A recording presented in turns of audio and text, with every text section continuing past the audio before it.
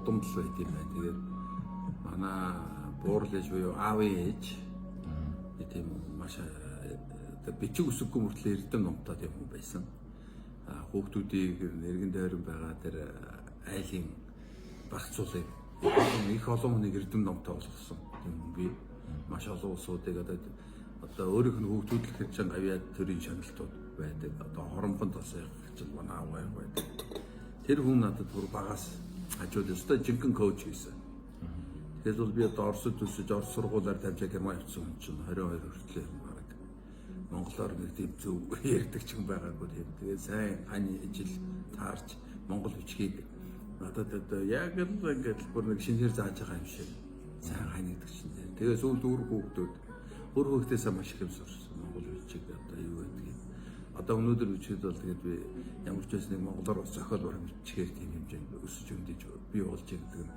Юу ярьдаг гэхээр хүн 20-оос хойш хинээс юм сурсан байл гэхээр хань ижлээсээ өөр хүүхдээсээ асар их юм сурдаг.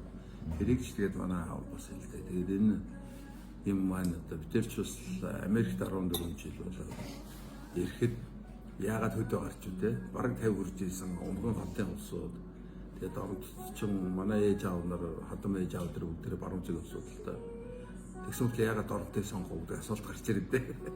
Огт хамаагүй тэгээд бараг л хий шиг Том Круз шиг улаан төгөө очиж зоогоод хоёр хэрээр буужсэн шүү дээ. Тэгэл тэрнээс хойш 14 жил болчихж. Одоо тэгээд яг цэвэр хөдөөний Доронтой аймгийн Баян Дүүнс өмнө дөрвдүраагийн иргэн гэдгээр хомогшиж явдаг алтан нутагтай тийм ээ.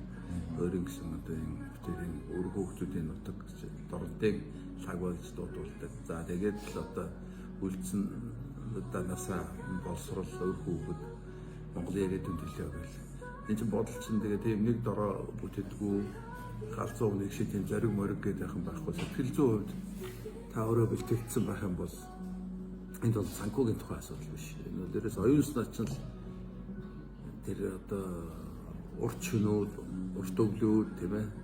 Тэр энэ чинь хүн гэдэг чинь нийгэмшиж өөрийгөө хөгжүүлж иж тэр бидний яриад байгаа нэг төлөв нийгэм бий болдог. Тэгэхээр тэр төлөвийг чинь байгуулахын тулд та өөрөө тэр дундуур гарч иж ийм байд юм байна шүү. Одоо та нар энийг анхаараарай гэсэн тэр мэдээллийг одоо ингээл өгөх ёстой. Тэр мэдээж хэрэг чи ч гэсэн одоо миний бичижсэн блог ярьсан яриаг сонсч байдаг чи тэр нэг л хувилбар юм л да. Өнөөдөр энийгээ тэгэл Өмнөгов аймагт тэгээд би ч бас өмнө 30 жилийн өмнө Өмнөгов аймагт 5 жил ажилласан юм. Тэгээд байгаль орчны судалгааг хийжсэн. Бидний байгуулж байсан байгууллага тусгай хамгаалалтаа газар, гол 3 сайхны тусгай хамгаалалтаа газар энэ менежментийн анхны төлөвлөгөө бичиж байлаа бас. Тэгэхээр би бас энэ нутагт бас тийм харь хүн биш л дээ. Яг зөв их олон жилийн дараа март тийм байна. Сая яваад л явж байхдаа тэр нэмэх цэврээ гэж явж байсан газрууд санаанд орж ирсэн. Сайхан байна бас. Хаяа тийм өмнө таарч байгаа ч бас сайхан байна.